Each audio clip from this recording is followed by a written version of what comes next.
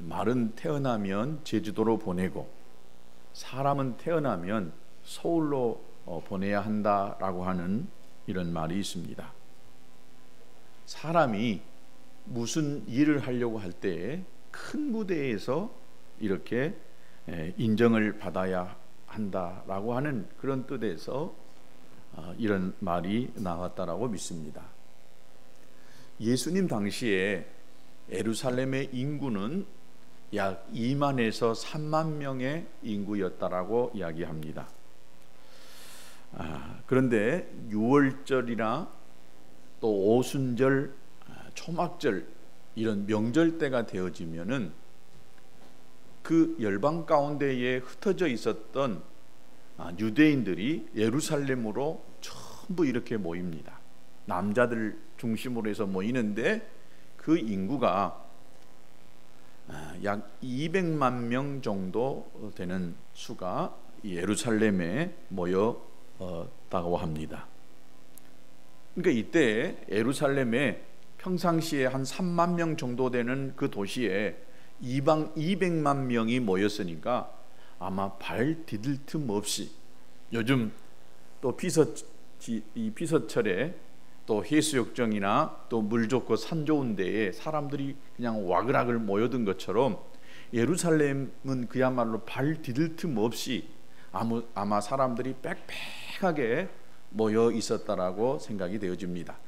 그러니까 예수님이 태어날 당시에 그 어머니 모친 마리아와 요셉이 방을 구하기가 그렇게 힘들어 가지고 예루살렘에 조금 변두리 떨어져 있는 베들레헴에까지 가서 거기서 예수님을 말 구이에 낳는 그런 일들이 있었습니다. 이렇게 많은 사람들이 모이다 보니까 그동안 없었던 이야기들이 서로 오고 가고 또 거기서 어떤 한 사람이 또 어떤 사건이 벌어지기 시작하면은 그 사람이나 이 일은 금방 유대인의 입을 통해서 세계 곳곳에 이렇게 확산되어져 가는 것을 볼 수가 있습니다.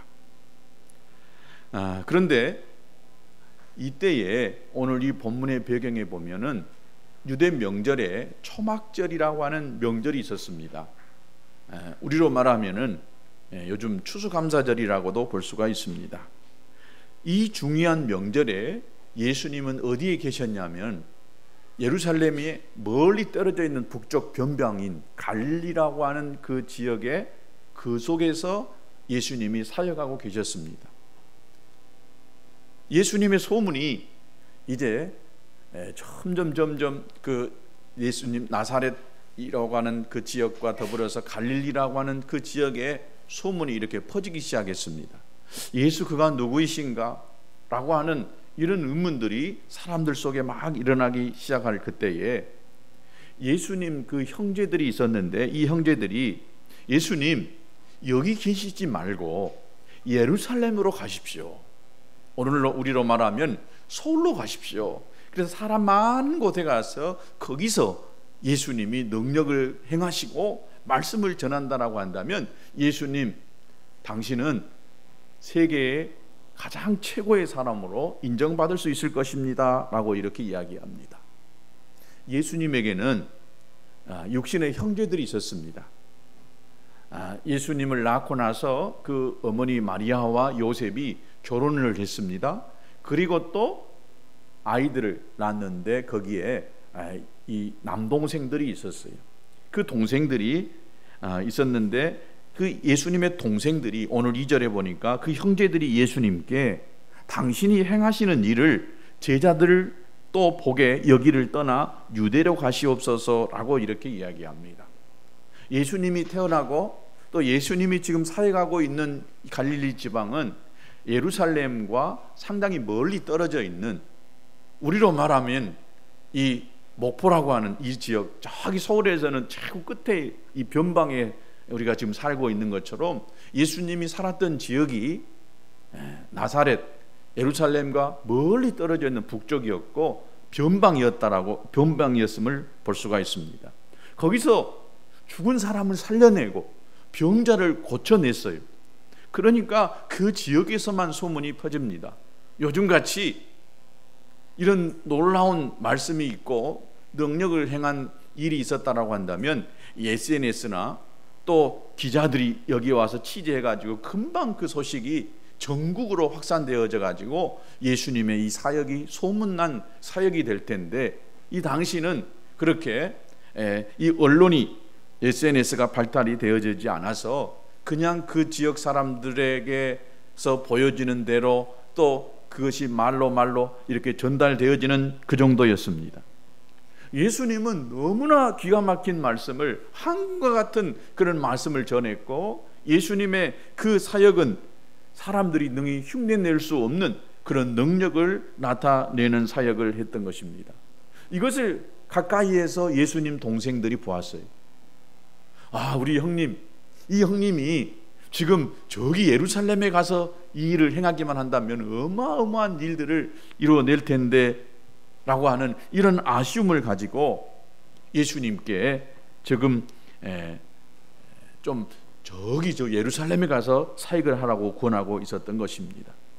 이 꽉 막힌 이 시골에서 예수님이 기가 막힌 설교를 한들, 이런 사역을 한들 사람들이 그 사역을, 그 설교를 다 이해하지 못하고 또 이것을 다 알지도 못해 가지고 예수님을 따라서 함께 하겠다라고 하는 이 제자들까지도 알아듣지 못하고 또 가볍게 여기고, 그래서 자기 필요에 따라서 이렇게 여기저기 흩어지려고 하는 이런 상황 속에서 이 수준 낮은 이 동네에서 벗어나서 좀 이 서울 예루살렘에 가서 거기서 한 번만 능력을 행하신다라고 한다면, 한 번만 말씀을 전한다라고 한다면 사람들이 그냥 뿅뿅 갈 텐데 라고 하는 이런 마음에서 예수님께 이렇게 청을 했습니다.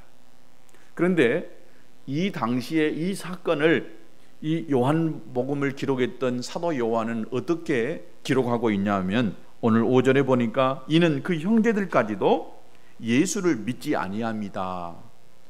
예수님의 형제들이 예수님께 이렇게 권하고 있는 이 말을 들어볼 때에 그들이 예수님을 아직 믿지 않고 있기 때문에 이런 믿음 없는 헛소리 같은 소리를 하고 있다는 것입니다. 만약에 그들이 신앙이었다라고 한다면 그런 말을 하지 않았을 것이다 라고 이렇게 사도 요한은 기록하고 있었던 것입니다. 그렇게 귀한 말씀과 능력을 가지고 있으니까 좀 더 넓은 곳으로 가서 인정을 받고 더 유능한 제자들을 키우라고 하는 이 말은 매우 타당한 말입니다. 여러분, 너무나 옳은 말 아니겠습니까? 그런데 어째서 사도 요한은 이 말이 믿음이 없는 말이라고 이렇게 했을까요? 예수님은 이 동생들의 말에 한 대답을 보면은 알 수가 있습니다. 오늘 이 요한복음 7장 6절에 보면은 예수께서 이르시되 내 때는 아직 이르지 아니하였거니와 너희 때는 늘 준비되어 있느니라 라고 예수님이 이렇게 대답하고 있습니다. 예수님은 아직 내가 예루살렘에 갈 때가 아니다 라고 이렇게 이야기합니다. 그러면서 너희들에게는 특별한 때가 따로 없고 언제든지 뭐든지 하고 싶으면 하고 가고 싶으면 가지 않느냐. 그러나 나에게는 때가 있다는 것입니다. 무엇이든지 그 사역을 할 때가 있고 또 그 말을 전할 때가 있다는 것입니다. 그러면 예수님은 이번 명절에 끝내 올라가지 않겠다라고 하는 말씀이었느냐? 그것이 아닙니다. 나는 이 명절에 아직 올라가지 아니하겠다라고 예수님이 분명 이야기했습니다. 이 명절에 아직 올라가지 아니하겠다, 즉 조금 있다가 가겠다라고 하는 말인데, 예수님의 이 동생들과 함께 있었던 제자들은 예수님이 이번 명절에는 예루살렘에 가지 않을 것처럼 그렇게 들었습니다. 그리고 10절에 보니까 그 형제들이 명절에 올라간 후에 자기도 올라가시되 나타내지 않고 은밀히 가시니라 그랬습니다. 먼저 예수님 동생 제자들을 보내고 나서 예수님이 조용히 은밀하게 예루살렘에 올라가셨다라고 하는 것입니다. 만약에 예수님께서 그래 이번에 올라가자라고 그들과 함께 동행하고 갔었다라고 한다면 수많은 갈릴리 사람들이 따라갔을 거예요. 우리 예수님이 야, 저분이 이제 뭔가 이 이스라엘을 구원할 그런 일들을 행하실 것 같구나라고 하면서 갈릴리에 수많은 사람들이 따라갔을 것입니다. 그렇게 되면 어떻게 됐겠어요? 예루살렘에 약 200만 명이 모이는 이 사람들이 지금 예수님을 바라보고 예수님께 모든 초점이 아마 맞추어졌을 것입니다. 어떻게 보면 이것이 예수님께 정말 좋은 기회다라고 이렇게 생각할 수도 있을 줄 모르겠습니다. 아니, 오늘 우리들이 또 이렇게 하셨다라고 한다면 더 많은 사람들에게 예수님 당신이 누구이신가가 드러나게 될 텐데 라고 하는 이런 생각을 가질 수 있을 텐데, 예수님은 내가 지금 저기 예루살렘에 가서 이 사역을 펼칠 그럴 만한 때가 아니다라고 예수님께서 이렇게 이야기하고 있는 것입니다. 그래서 그들과 같이 가지 않고 먼저 보내고 예수님은 조용히 은밀히 예루살렘에 올라가셔서 유대인으로서 행해야 될 그 3대 명절을 지키고 하나님께 제사 드리고 있었던 것을 볼 수가 있습니다. 예수님의 동생들이나 제자들은 예수님께서 명절에 예루살렘에 올라가시지 않는다라고 하시자 예수님은 이 대인관계 기피증이 있는 것 아닐까? 혹시 예수님은 은둔주의, 사람을 피하려고 하는 이런 분은 아니실까라고 생각했을 것입니다. 그러나 예수님은 세상과 담을 쌓고 상관하지 않는 분이 아니었습니다. 산속 깊은 곳에 가서 절을 지어놓고 거기서 돌을 닦은 어떤 스자들과 같이 그렇게 지낸 분은 아니다는 것입니다. 사실 예수님은요, 명절 때마다 빠지지 않고 계속해서 예루살렘 성전을 찾았습니다. 거기서 하나님 앞에 제사하는 그 일을 했을 걸로 생각이 되어집니다. 예수님은 세상과 완전히 끊고 담을 쌓고 한적한 곳에서 혼자서 기도하고 명상하고 이렇게 지낸 분은 아니셨습니다. 오히려 예수님은요, 사람이 많은 곳에, 사람이 있을 만한 곳에 예수님이 가셔서 거기서 사역도 하시고 또 성전에서 사람이 모일 때에 거기서 하나님의 말씀을 가르치기도 하셨습니다. 그러니까 예수님도 세상에 또 사람들에게 많은 관심을 갖고 계셨다는 것을 알 수가 있습니다. 그러나 예수님은 세상에 대하여 가지신 이 관심이 우리가 가지고 있는 이 세상에 대한 관심과는 좀 다른 관심이었습니다. 여러분, 우리도 이 세상이라고 우리가 살고 있는 이 시대를, 이 사회를 이야기하는 것인데, 우리도 이 세상을 좋아하든 싫든 이 세상을요 벗어나서 살 수는 없습니다. 왜냐하면 우리의 모든 것들이 우리가 싫든 좋든 우리가 사는 이 세상 속에서 다 거기서 나옵니다. 먹을 것, 입을 것, 또 만나는 사람, 또 인정받는 것, 배우는 것, 이 모든 것들이요 이 세상 속에서 우리가 다 얻고 있다는 것입니다.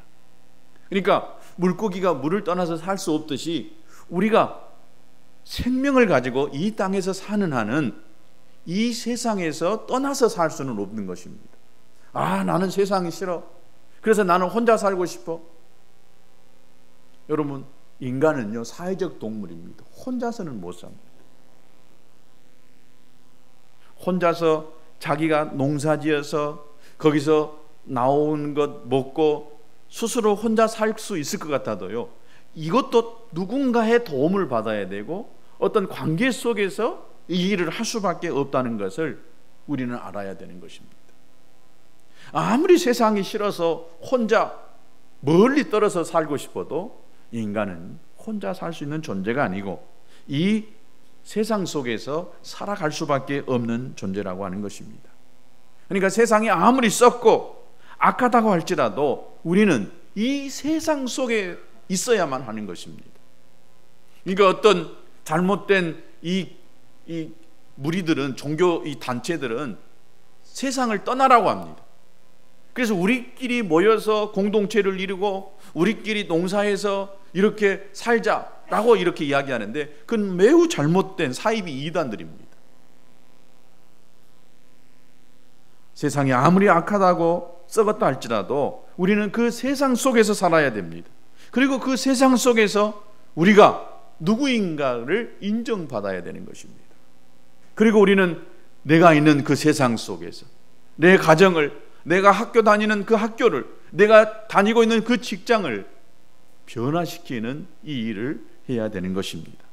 그래서 우리는 세상에 관심을 가져야 됩니다. 세상을 떠날 수 없기 때문에 우리는 세상 속에 살면서 이 세상 안에서 해야 될 일이 무엇인가를 알아야 되는 것입니다. 예수님께서도 세상에 관심이 많으셨습니다. 그러나 예수님이 이 세상에 대하여 가지신 관심은 우리가 가지고 있는 이 관심과는 좀 달랐어요. 우리는 어떤 관심을 가지고 이 세상 속에 삽니까? 내가 목적하는 그 목적을 이루기 위해서, 그 목적이 무엇이냐? 어떻게 하면 돈을 좀 더 벌어볼까? 그래서 어떻게 하면 좀 더 좋은 집에서 조금 좋은 차를 타고 조금 더 여유 있게 여행도 다니고 하고 싶은 거 마음대로 하고 이것도 하고 저것도 하면서 이렇게 살아볼까? 그래서 좀 더 좋은 직장을 찾고 좀 더 편한 곳을 찾는, 그래서 열심히 공부도 하고 좋은 대학을 가려고도 하는 이런 세상 속에서 우리가 살고 있을 줄 모르겠습니다. 그러나 예수님이 바라보는 이 세상은요, 우리가 바라보고 우리가 생각하는 세상과는 좀 달랐어요. 예수님이 세상을 살 때는 어떤 생각을 가지고 사셨느냐? 이 세상을 좀 바꿔보겠다는 것이었습니다. 하나님 나라가 없이 살아가는 그 사람들의 마음과 생각을 좀 바꿔야 되겠다. 어떻게 하면 바꿀까? 어떻게 하면 저들이 이 세상에 모든 것들을 걸지 아니하고 하나님 나라를 위해서, 의를 위해서 살 수 있을까? 여기에 예수님이 세상을 바라보고 세상을 살아가는 눈이었다는 것을 알 수가 있습니다. 또 예수님은요, 유대인들을 매우 사랑하셨습니다.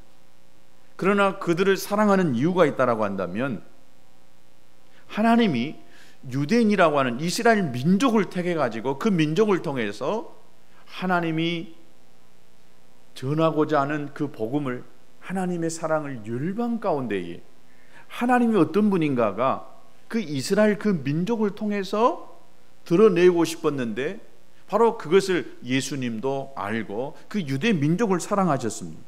어떻게 하면 이 유대 민족 이들이 하나님의 마음을 제대로 알고 하나님의 뜻을 옳게 붙들고 살 수 있을까? 여기에 예수님의 관심이 있었다는 것입니다.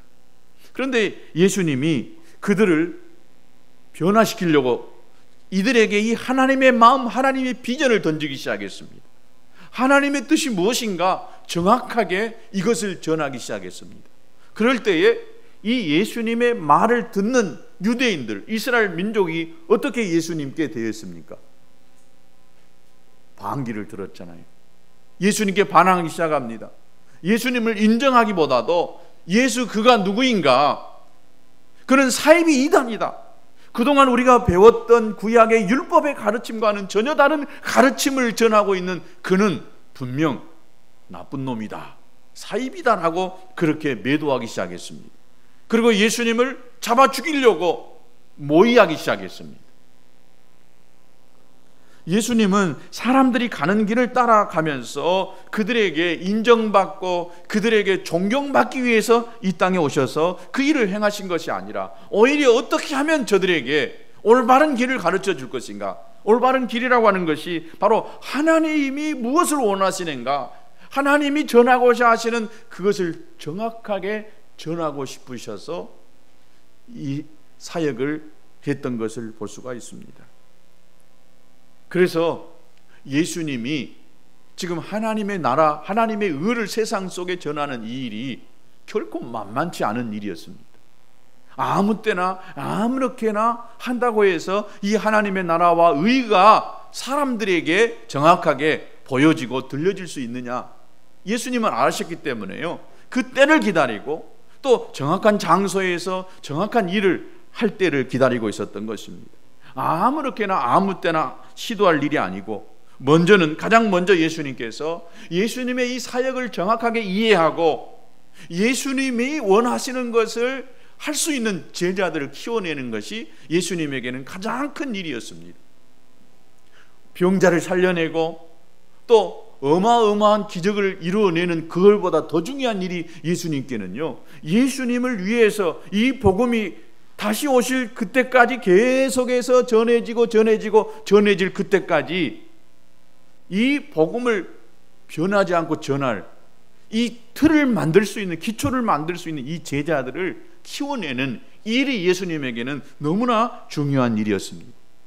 이 제자들을 제대로 만들어내야 처음 된 사람들, 이 기틀을 마련해낼 이 사람들이 너무나 중요하기 때문에 예수님의 사역은 12명의 제자들을 양육하는, 가르치는, 교육하는, 훈련해내는 이 일에 집중하고 있었던 것을 알 수가 있습니다.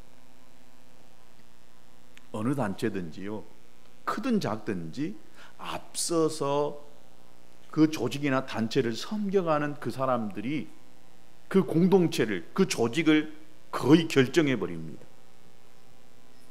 대통령이 누구냐, 대통령과 함께 일하는 그 참모들, 또 장관들이 누구냐에 따라서 이 나라의 이 정책들이 결정되어지잖아요. 얼마나 중요합니까? 그래서 예수님께서는 복음을 땅끝까지 전파할 수 있는 이 일을 계속해서 해야 되는데 변함없이 할 수 있는 그 틀을 만드는 이 제자들을 제대로 양육해내는 그 일이 매우 중요했던 것입니다.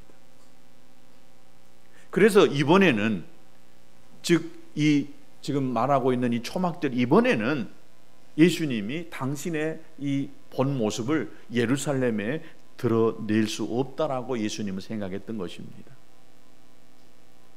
예수님이 언제 십자가 못 박혀 죽으셨느냐? 6월절 어린 양으로 죽으셨습니다. 지금은 초막절입니다. 가을입니다. 예수님은 그 해가 지나고 다음 봄에 6월절에 어린 양으로 십자가에서 죽으셔야만 했기 때문에, 그 때가 아니기 때문에 예수님은 아직 이 제자들과 함께 예루살렘에 가지 않겠다라고 이야기한 것입니다. 우리가 남들이 가는 길을 따라가면서 남들과 똑같이 살면은요,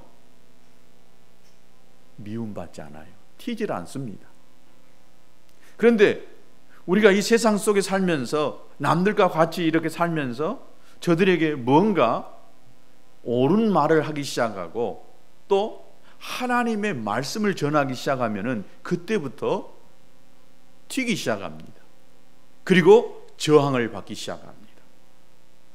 여러분, 좋은 관계 속에서도 내가 예수 믿으라고 하고 당신이 지금 하고 있는 일이 하나님이 보실 때 악한 일이기 때문에 당신은 회개하고 돌아와야 됩니다, 이 말을 해보세요.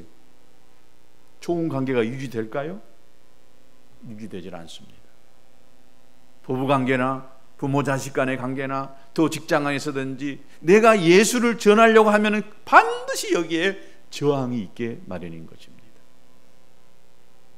자, 그렇다고 한다면 우리가 이런 저항을 받기 싫어서 내가 그냥 조용히 내가 살고 있는 그 가정 안에서, 세상 안에서 그냥 그렇게 그들과 똑같이 발 맞춰가면서 살아가야 되느냐? 그게 아닙니다.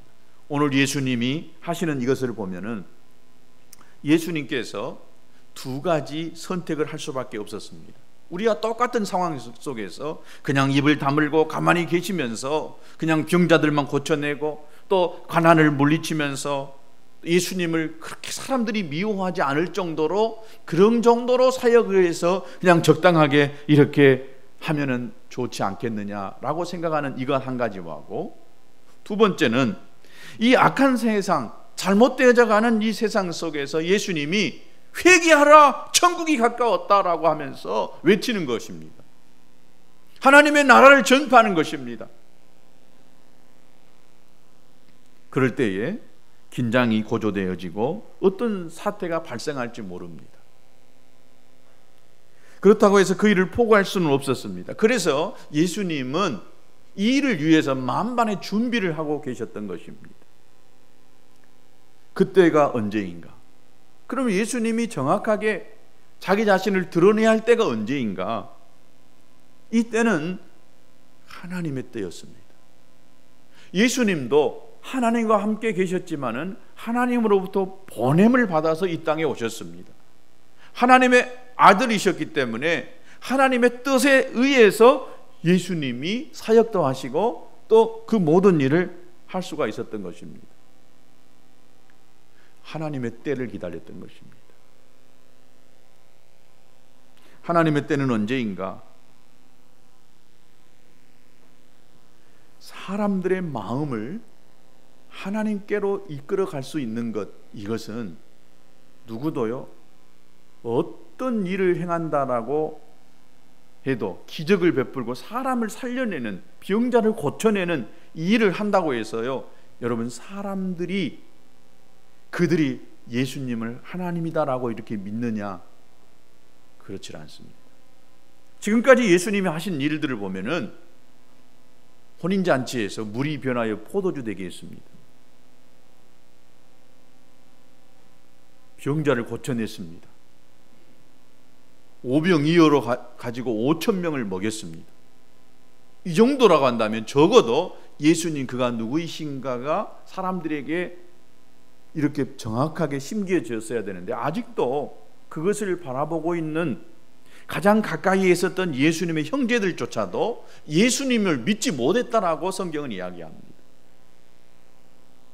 사람이 변화되어지고 사람이 하나님을 믿을 수 있는 것, 여러분, 사람에 의해서 되어질 수 있느냐?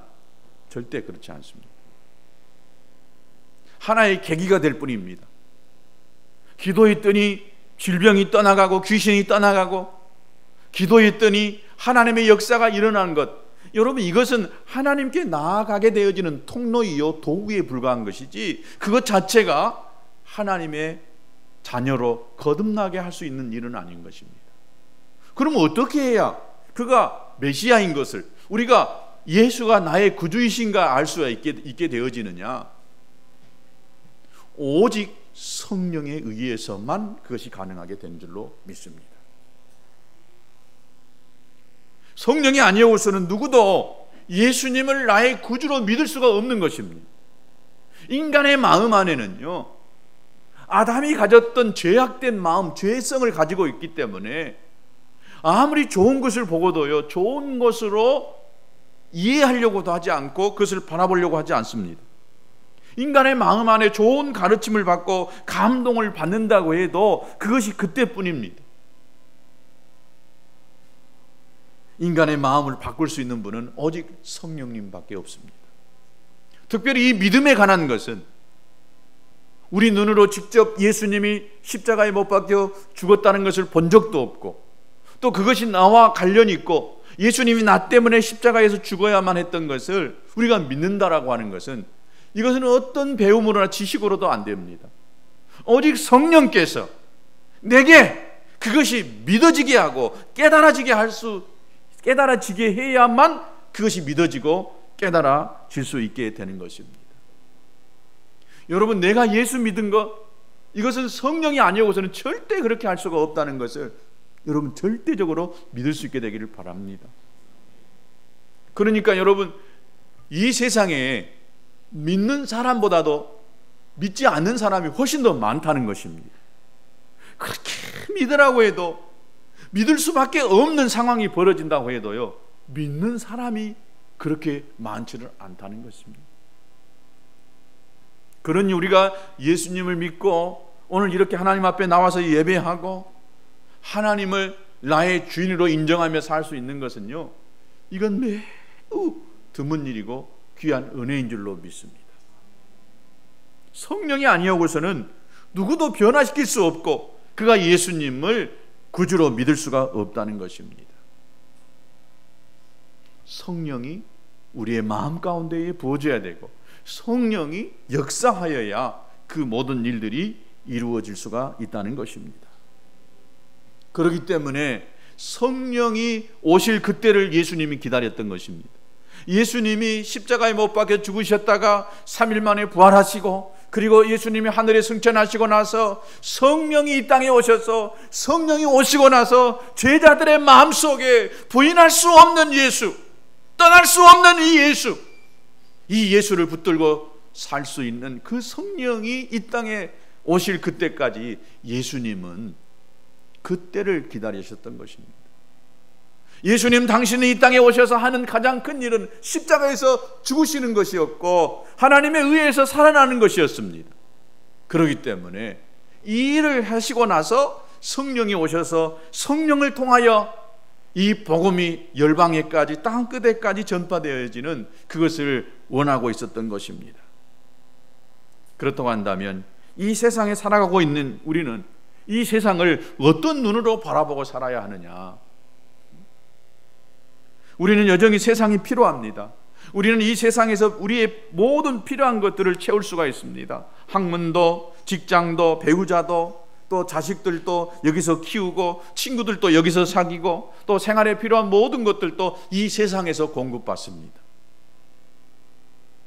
우리는 이 세상에 살지만은, 그러나 우리의 마음속에 품어야 될 것이 있는데, 그것은 우리의 시민권은 하늘나라의 시민권이라는 것입니다. 빌립보서 3장 20절에 오직 우리의 시민권은 하늘에 있다라고 있습니다. 우리의 시민권이 하늘에 있다라고 하는 이 말은 무슨 말이냐?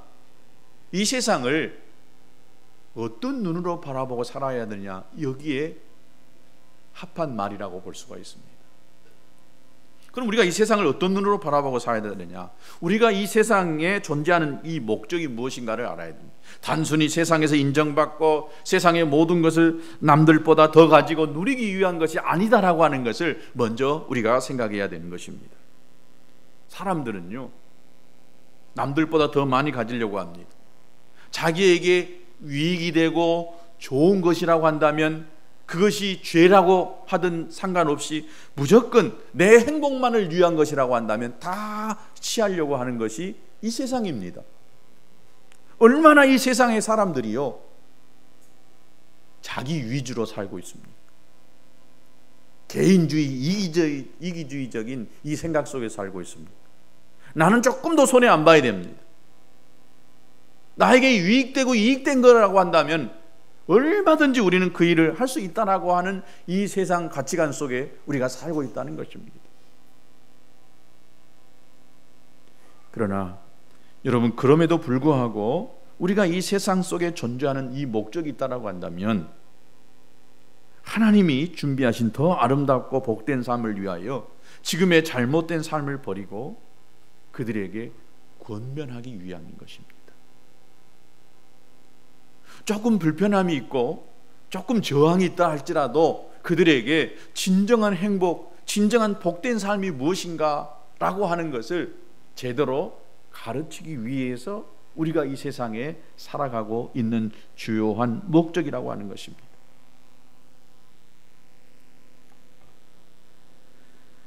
바울 사도도 로마의 시민권을 가진 사람이었고 오늘날로 말하면 최고의 이 학벌을 가지고 있었던 사람이었습니다. 그러나 그가 다른 사람들의 영혼을 살릴 수 있기 위해서 자기가 가졌던 모든 것들을 배설물처럼 여겼던 것입니다. 오직 영혼을 건져낼 수 있는 일이라고 한다면, 영혼을 구원할 수 있는 일이라고 한다면 내가 저 사람들한테 무시당하고 내가 가지고 있었던 모든 것들을 다 내려놓는다 할지라도 저 사람이 예수님 만날 수 있는 것이라고 한다면 그 일을 택하는 삶을 바울은 택했던 것입니다. 여러분, 이 세상은 아주 옛날부터요, 아주 견고하게 세팅되어져 있습니다. 어떤 것이었느냐? 하나님은 없다는 거예요. 신은 존재하지 않는다는 것입니다. 신은 인간이 만드는 것에 불과하다. 신은 나를 위해서, 내가 복받고 내가 잘되는 것을 위해서 존재하는 것이다 라고 하는 이런 것들이요, 이 시대에만 있었던 것이 아니라 과거에 수천 년 전부터 인간의 마음속에 내려오고 있었던 것입니다. 이것이 세상의 법칙입니다. 오직 나를 위해서, 내가 잘 되는 일이라고 한다면, 그러나 이것을 깨뜨리려고 한다면, 이것을 무너뜨리려고 한다라고 한다면 이 세상은 우리를 저항하고 넘어뜨리려고 합니다. 그렇다고 해서 우리가 이 저항에 맞서서 싸우라 이런 소리가 아닙니다. 우리의 관심의 주 목적이 무엇인가? 우리가 어떤 마음과 어떤 눈을 가지고 이 세상을 살아야 될 것인가에 대한 분명한 이 정립이 되어져야 이 험한 이 세상에서 우리가 믿음을 온전히 지켜낼 수가 있다는 것입니다. 세상에서 인정받아서 남보다 좀 더 나은 자리에 올라가는 것, 좀 더 나은 삶을 살려고 하는, 이것이 우리의 인생의 주요 목적이 되어져서는 안 된다는 것입니다. 우리는 하나님의 나라, 하늘의 시민권을 가진 자다라고 하는 이런 생각 속에서 예수님의 제자로서 끊임없이 변화되어지고 또 성숙되어지고 하고, 예수님이 가졌던 눈을 가지고 사람들을 바라보고 세상을 바라보면서 살아가야 될 줄로 믿습니다. 그리고 하나님의 때를 기다리면서 하나님의 방법으로 복음을 전하는 우리가 되어야 될 줄로 믿습니다. 시간 같이 한번